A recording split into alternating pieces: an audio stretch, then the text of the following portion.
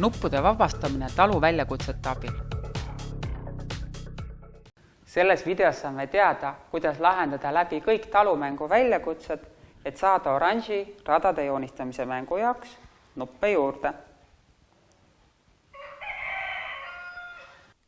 Eelmises osas vabastasime ringraja mängu mängides palju uusi nuppe, mida ise radu joonistades kasutada. Nüüd läheme talumängu endale uusi nuppe välja teenima. Lülitame Dashi käima ja käivitame Pass äpi. Valime helesinise talumängu.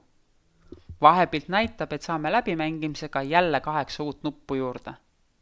Käivitame mänguakna.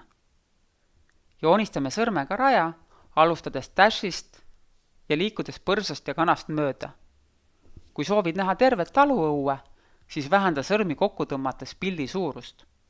Sõrmi laiali lükates saad pildi tagasi suurendada. Ülesse valgele alale ilmusid 2 nuppu. Põrsas ja kukk, mida tuleb selle väljakutse lahendamises ette näidatud järjekorras oma joonistatud rajal kasutada. Alla keskele valgele alale ilmusid 3 piltnuppu, mille hulgast saab õiged valida. Asetan väljakutses märgitud nupud õiges järjestuses rajale ja vajutan käivitamiseks Dashi pildi peale. Läks!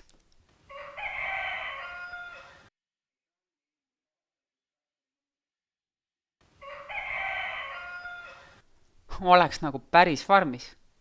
Ekraanile ilmub vabastatud traktori nupp. Teen veel 4 talu väljakutset uute nuppude teenimiseks läbi. Kõik said läbi ja avanes ligipääs linnamängule. Nüüd on sinu kord. Tee läbi ekraanile ilmuv väljakutse ja kohtumiseni järgmises videos. Väljakutse. Ava Pass äpp. Vali helesinise taustaga talumäng. Vaata, kas suudad kõik väljakutsed järjest läbi lahendada. Kuidas meeldis? Kui on veel mängimiseks mahti, mine oranži mängu mängima ja kasuta raja peal ka loomahäälte nuppe.